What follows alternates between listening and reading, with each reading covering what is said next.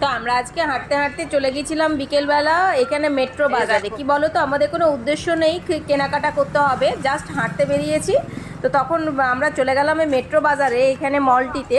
তো তারপরে ওখানে গিয়ে দেখলাম, ওরে বাপরে, যা ফ্রোজেন ওখানে মাছের কালেকশন আছে না। তো এখানে দেখো ক্র্যাব, জ্যান্ত জ্যান্ত ক্র্যাবগুলো। তো আমি এখানে ফটো তোলা বারণ আছে, কিন্তু আমিও ওই জাস্ট একটুখানি ভিডিও তুলছিলাম।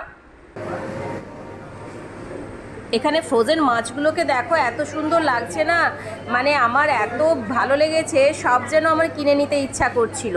এখানে বড় বড় মাছ, তো তবে আমি মাছ খেতে অতটাও পছন্দ করি না। আর এখানে দেখো ওই সামুদ্রিক মাছ এখানে আছে, ওই যেমন পমফ্রেট এই ইত্যাদি এই সব মাছগুলো আছে। তবে এখানে কস্টটা অনেক বেশি, এখানে মাছগুলো অনেকটাই দেখলাম যে এখানে দাম অনেকটাই বেশি। তারপর এক জায়গায় দেখলাম যে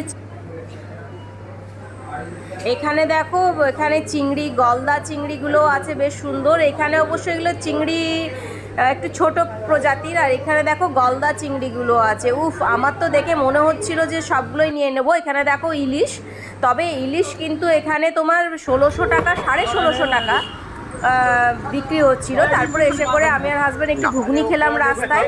আর দেখো ঘুগনির রঙটা একটু কালো কালো দেখাচ্ছে আমার ক্যামেরার ইয়েতে, কিন্তু এটা ভালোই লাগছিল।